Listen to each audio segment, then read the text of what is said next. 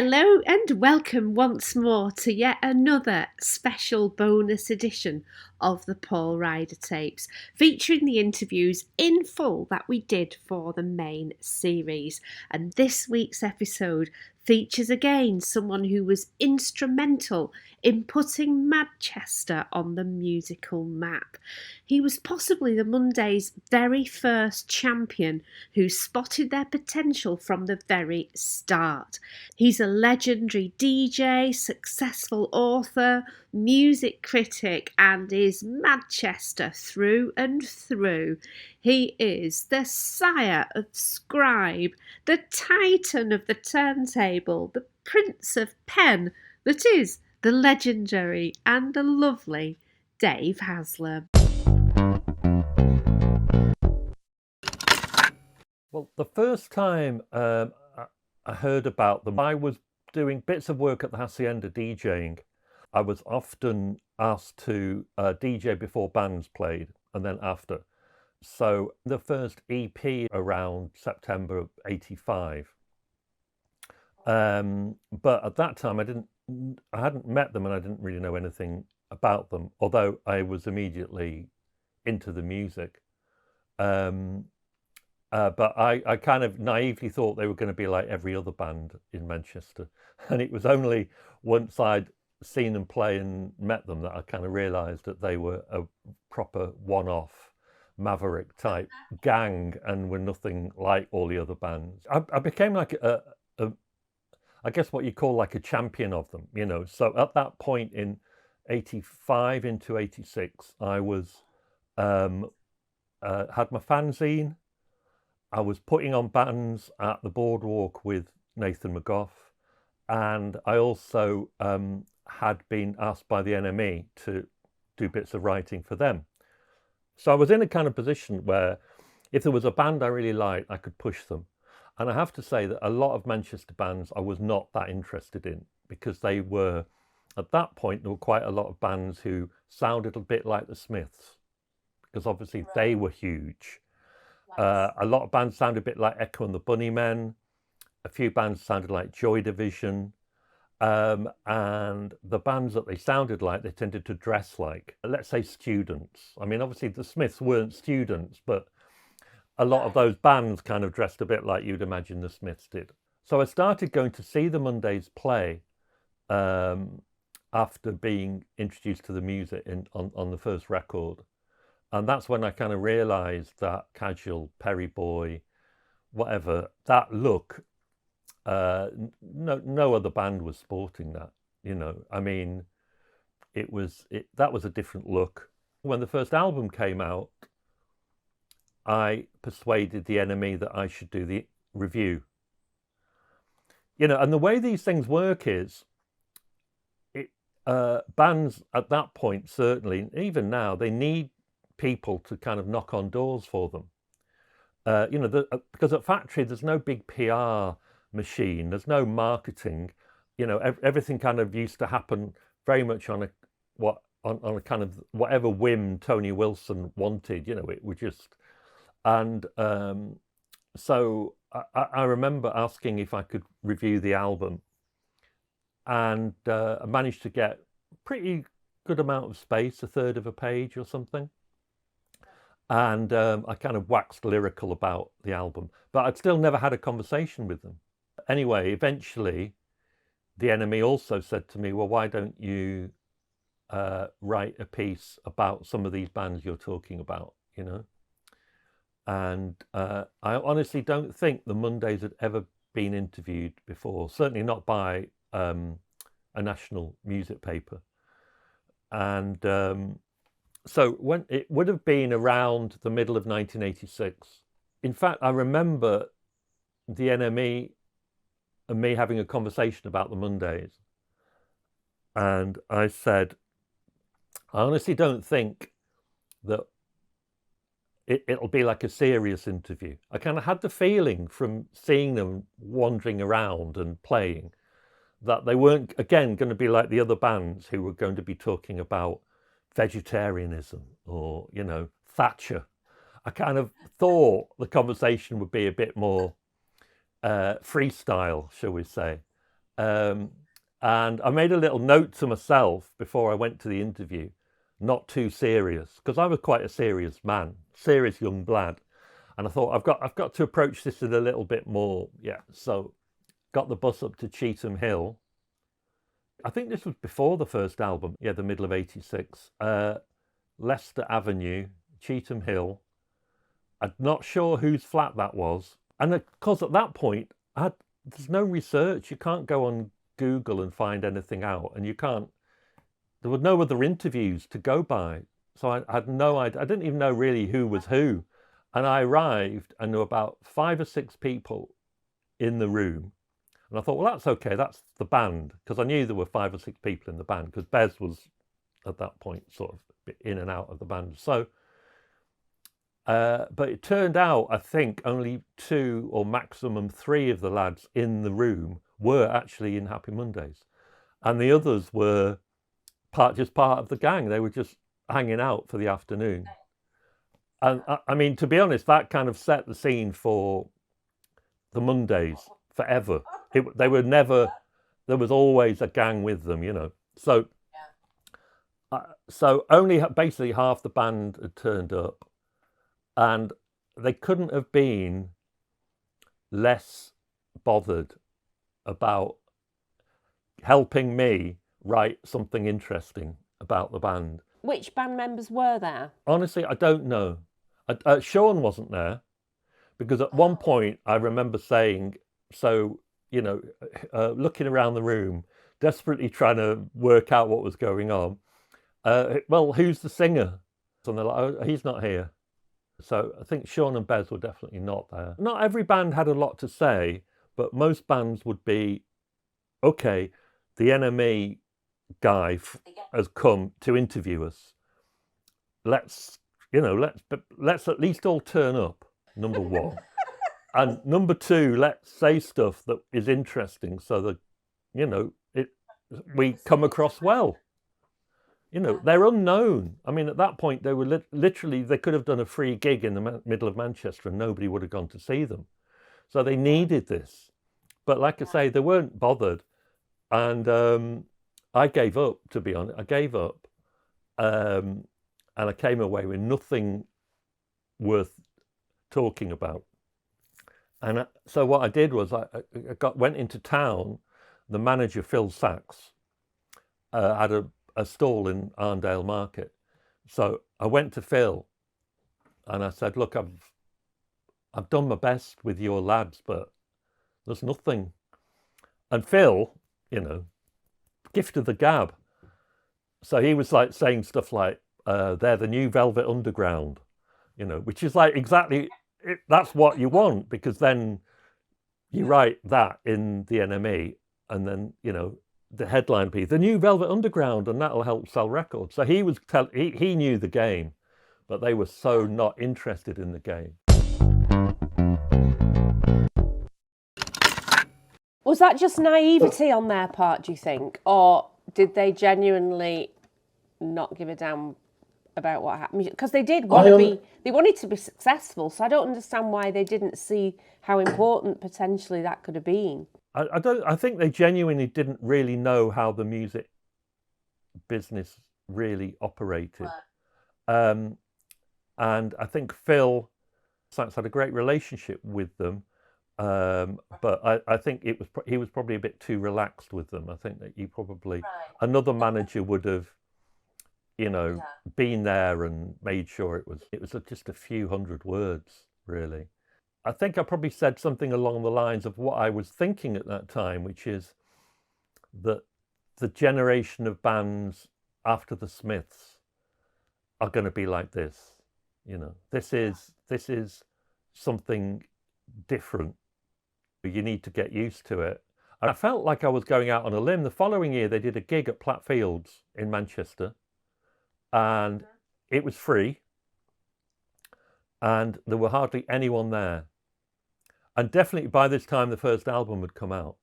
So you'd had an album, you'd had a single, they're on Factory, they played with New Order, there was a free gig in Plattfields, and 150 people. And again, you know, I was like to the enemy, let me review them, so I did the live review.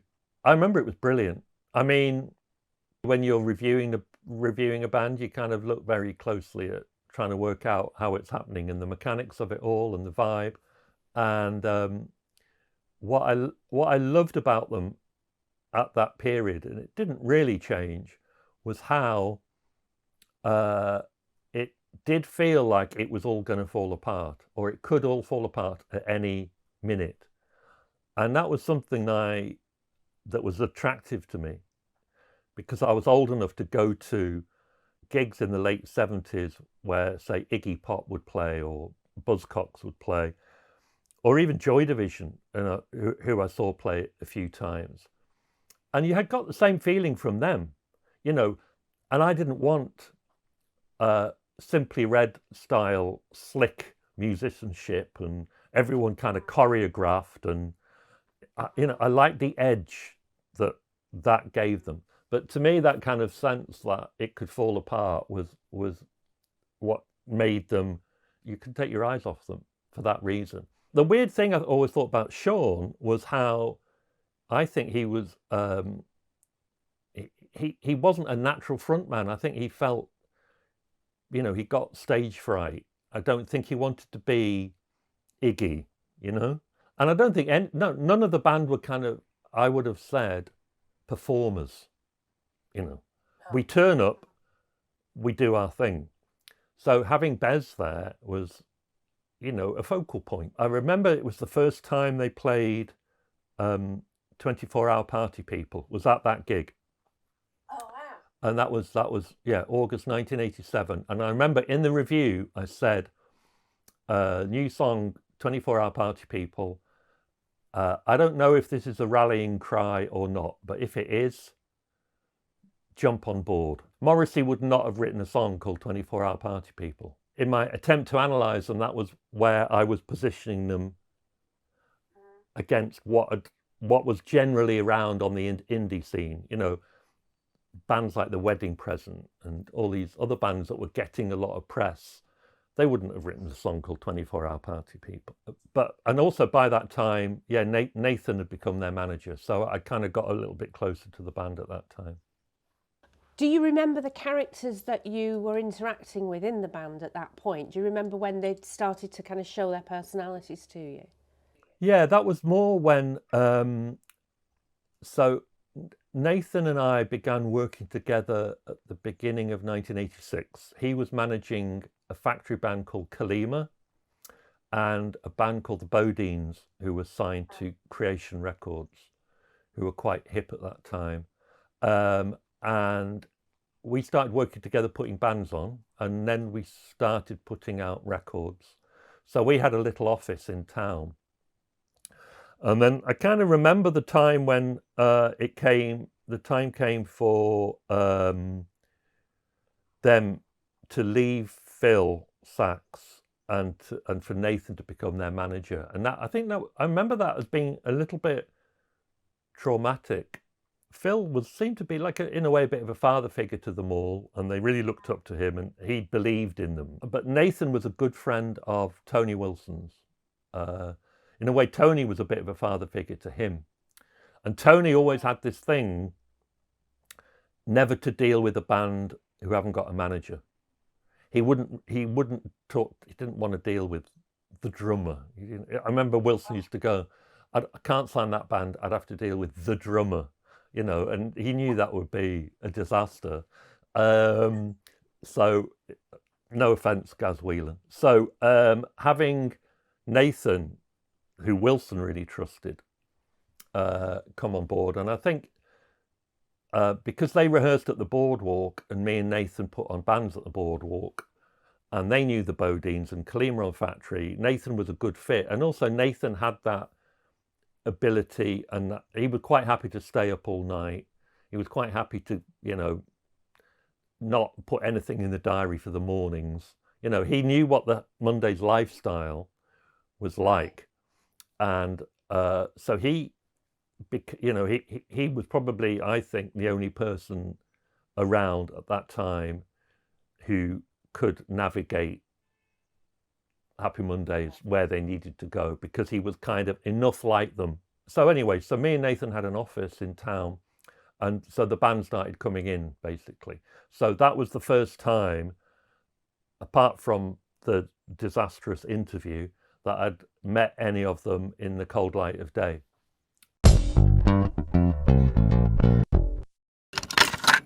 I remember my main thing used to be to try and work out who were the flakiest, because Nathan was often not there, so I'd have to, they'd come in and they'd want to know where the gig was, or who'd booked the van, or can we have some cash. I do remember Paul was definitely not in the top 3 flakiest. Somebody met Shaun the other day and said they were a friend of mine, and he said, I don't think I've ever met Dave. I actually interviewed him for a TV show, and he used to walk into the office all the time. But so he was in the top 3 flakiest.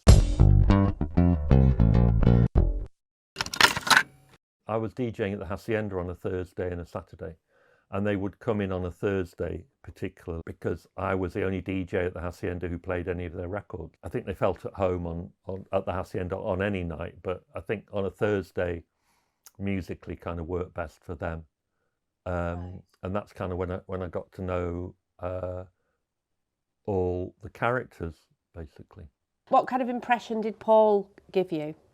Well, Paul was very un-rock and roll starish. Paul came across quite self-effacing, quite cool about stuff. He never kicked off about anything, because it's a high-pressured environment. You're a young band, you've got no money, the record label's got no money, your manager's got no money.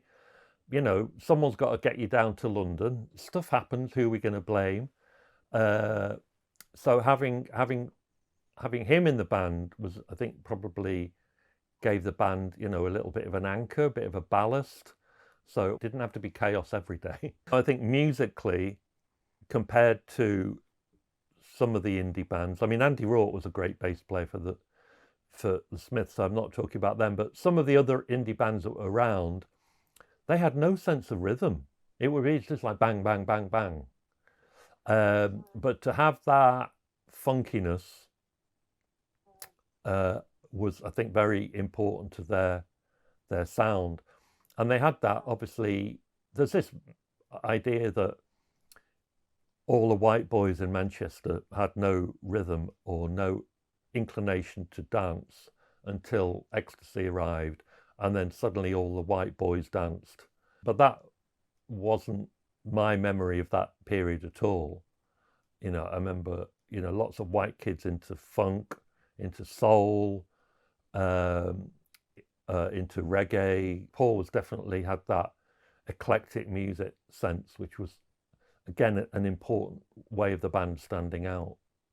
But then Ecstasy did come along, and dance music kind of infiltrated the Mondays sound. Like, do you feel like they did a huge turn? Like, did they turn 90 degrees when the dance grooves came along? My memory of generally of Manchester and the scene and what was happening at the Hacienda was that there was an evolution in what people were listening to musically before Ecstasy. For example, bands like Trouble Funk were huge at the Hacienda. And they were dance bands, I mean, they didn't even have verse, chorus. It'd be just like, drop the bomb. And then the bass line would come in. And like all the hip hop stuff and all the sampled stuff. And all that was big in at the Hacienda all through the history of the Hacienda, but 85, 86, 87, Love Can't Turn Around, Jack Your Body, those records came out before Ecstasy. So I think that was already infiltrating the culture, if you like. And I think the Mondays already had a kind of, like I say, had a funkiness. I think what Ecstasy did was it actually probably gave them an audience Right. Oh, that's interesting. rather than a new way of making music. I think that loosened up maybe some of the audience to think, okay, I can relate to what is happening on stage, or I can relate to the records more. If you're talking about how music evolves and cult bands and scenes, it's not always about the music. It's often about how people look and the drug. Every generation has the drug, which, at the end of the 1960s, LSD, when acid arrived, it obviously it changed the music, but it also changed the audience. It changed the whole ambience of the world for youth culture anyway. So I think when Ecstasy came along, it was like the final piece in the jigsaw.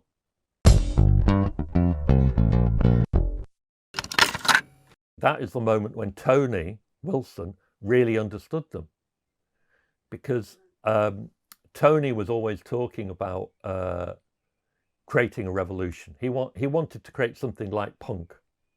His big hero was Malcolm McLaren. He knew that music could be the vehicle to kind of knock the world off its axis, and the Mondays were that for him.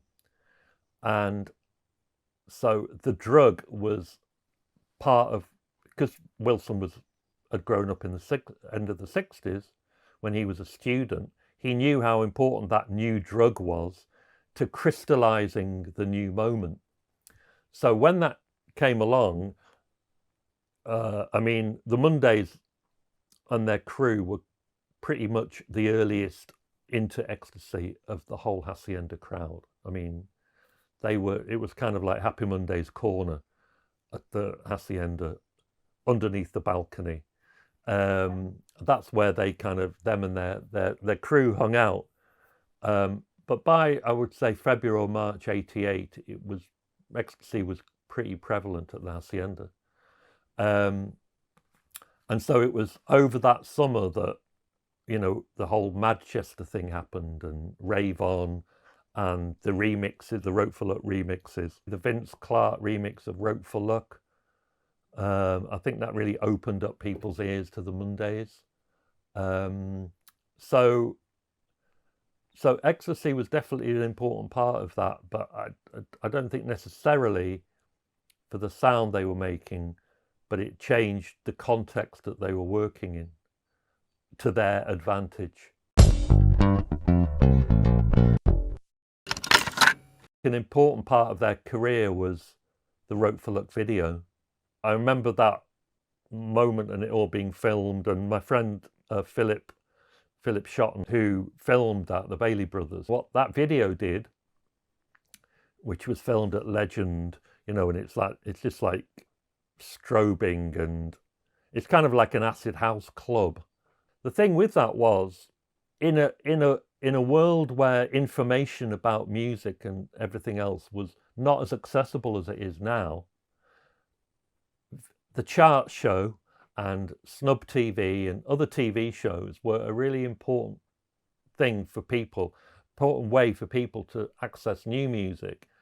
But obviously with the Mondays, it was also the look. So it was like, for so many people, a glimpse into kind of like a subculture. So them as kind of subculture heroes, that came about through that video. Because there would be, kids looking for something a bit different, age whatever, 15, 16, on a Saturday watching the chart show. And that video would have just stood out a mile. And in fact, Philip remembers that he showed it to Tony Wilson and Rob Gretton, who was New Order's manager and part of the Factory Brigade. And yeah, Tony was like eulogizing about how great it was, in his flamboyant style. And Rob said to Phil, 2 words, Sex Pistols. Because for him, it had the potential to do what Factory had always wanted to do, which was to create the Sex Pistols for a new generation. Not musically, but just in terms of what that band could achieve.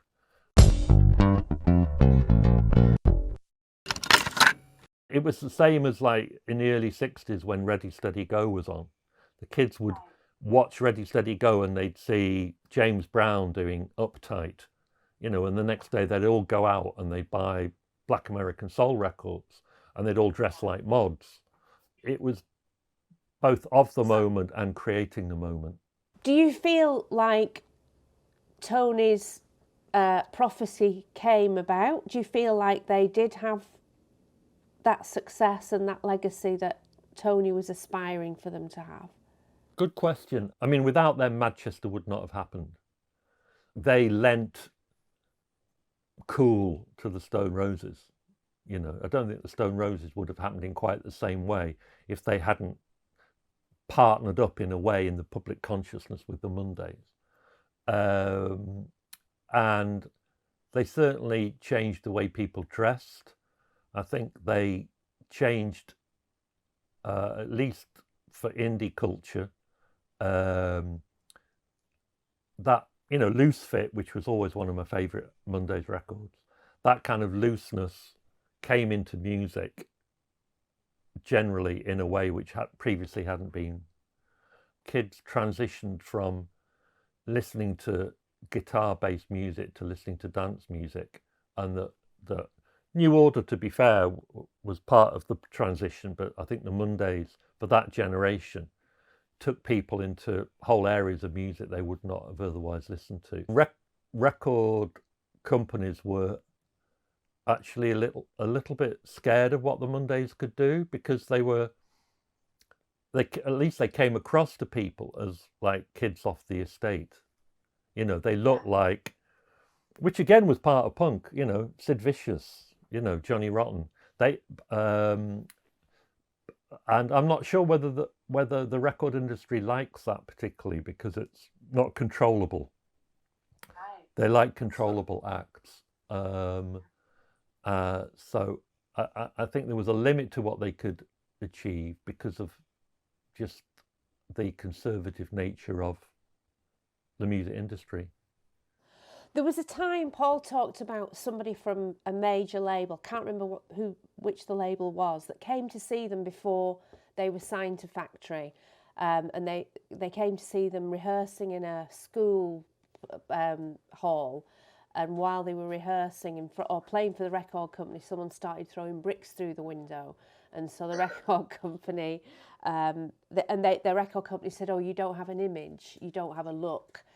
If that hadn't happened, if the bricks hadn't come through the window and the record company had got over the fact that they didn't feel like they had a look, and if they'd signed to a major label, how different do you think the trajectory would have been? I think it would have fallen apart quite quickly. I can't imagine that Rope for Luck moment happening, for example. A major record company wouldn't have put out a video like that. And also I think that although the record industry likes to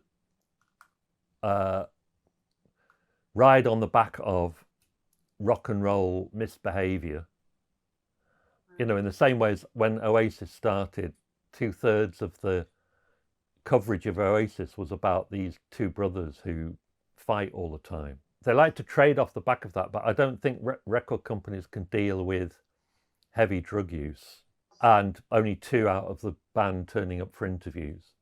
There was a time when the band were interviewed at Dry Bar by a journalist called Stephen Wells, and the band was sort of messing around a bit, and I think they were probably a bit intoxicated or whatever.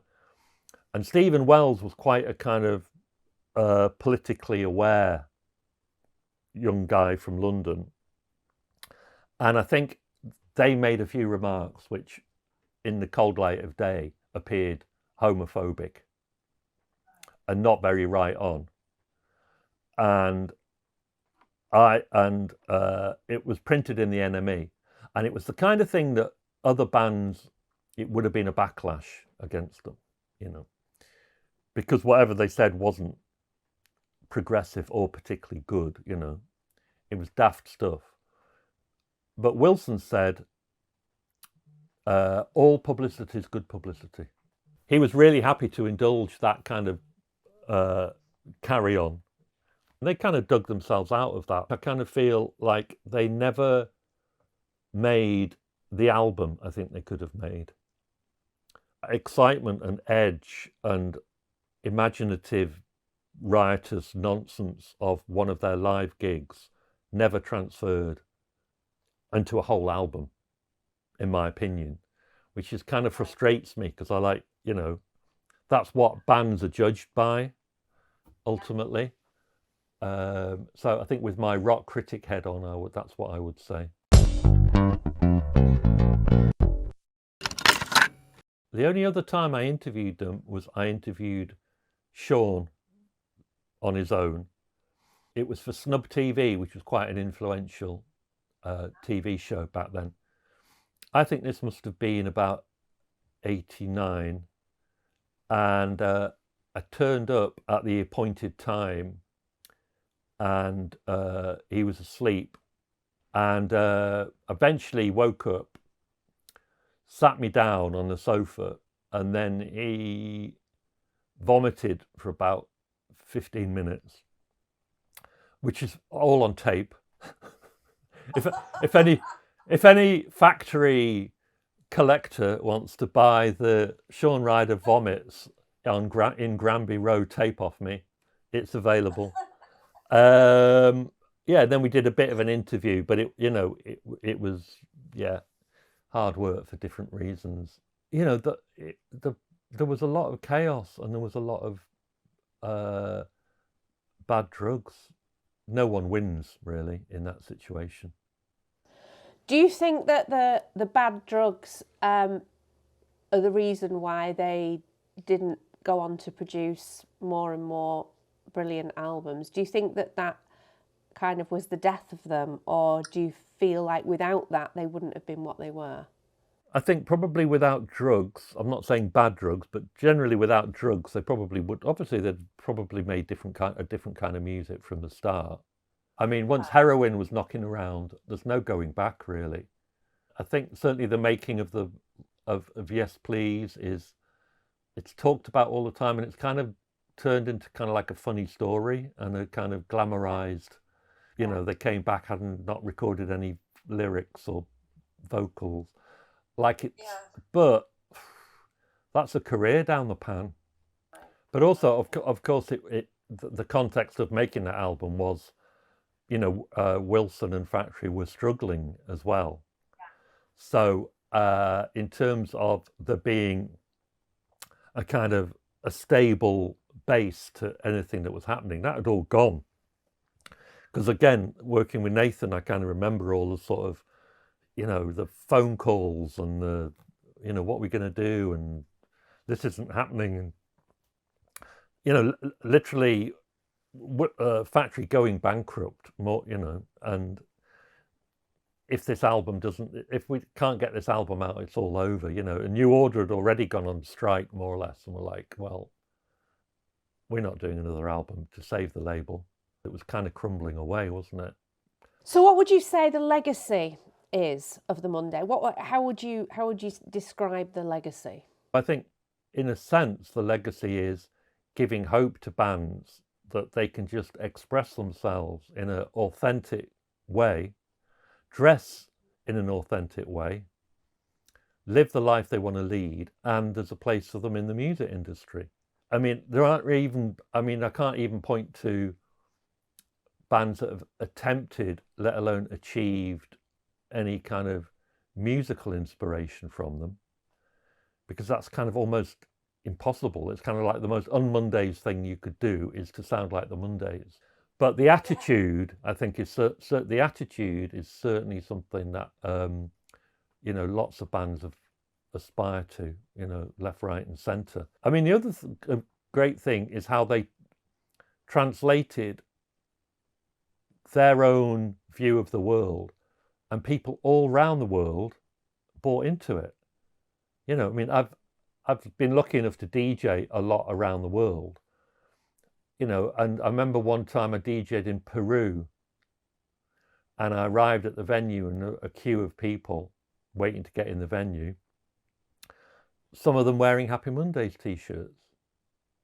And I'm like, how does some kid in Peru understand anything about the Mondays? And yet they did, because there was something very unique and magical about the music.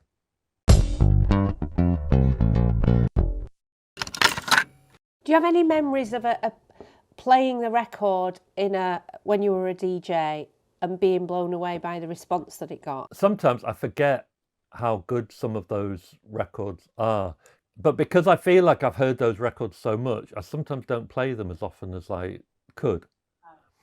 And I relatively recently, I was DJing in Paris, and I played Hallelujah, and it just sounded so fantastic. But yeah, the reaction was really positive. How did you feel when you found out that Paul had died? The first thing I did was I messaged my pal Cressa, because I know he was close to the Mondays from the start. We were a proper community in the 80s. I think people are under the impression that my generation and Paul's, that, you know, one day we woke up and everybody was talking about Madchester. The saying is, it takes years of hard work to become an overnight success.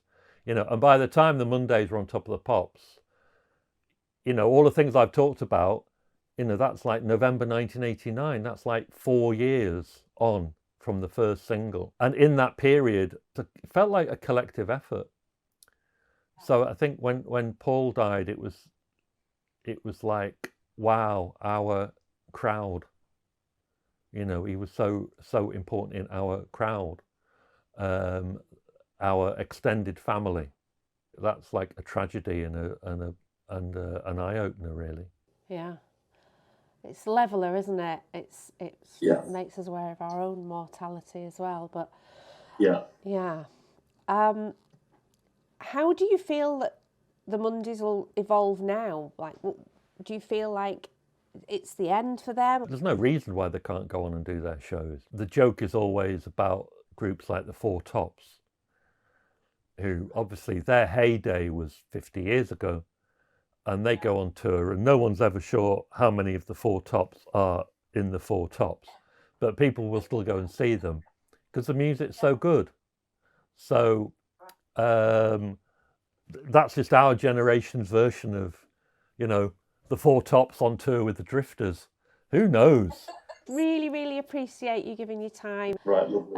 Okay. Yeah, thank you so much. Really nice to meet you, and I hopefully we'll meet in the flesh at some point. Yeah, brilliant. Okay, yeah. Nice All one. All right, nice one, Dave. Thank you. See you. Take care.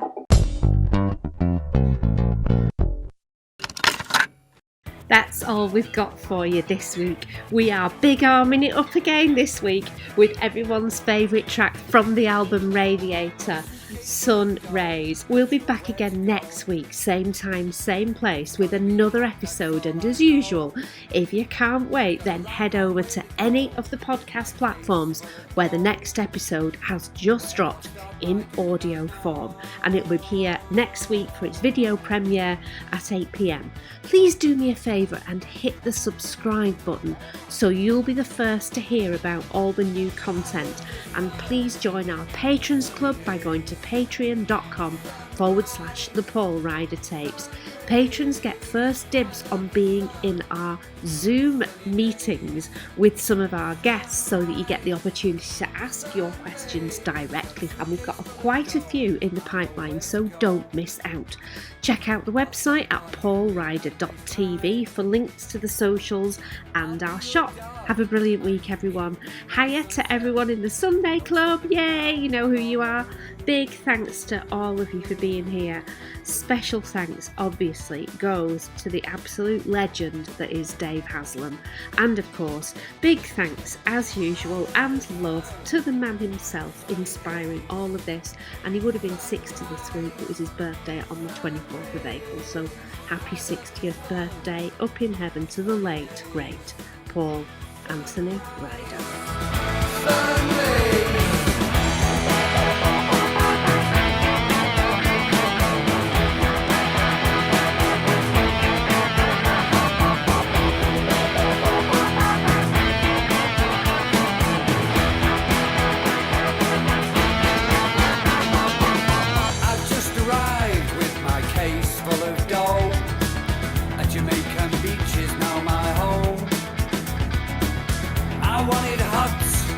What I got at Jamaican beaches, now my home.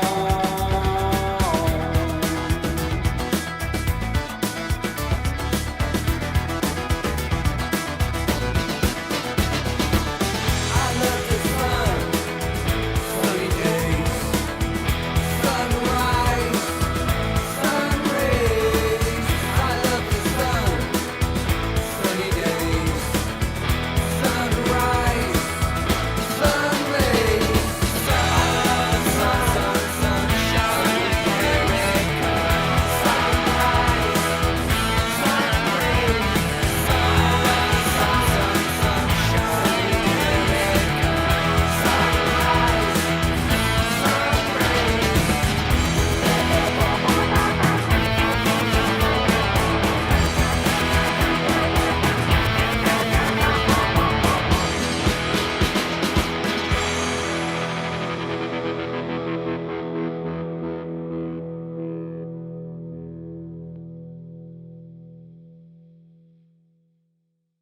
Glistening Productions.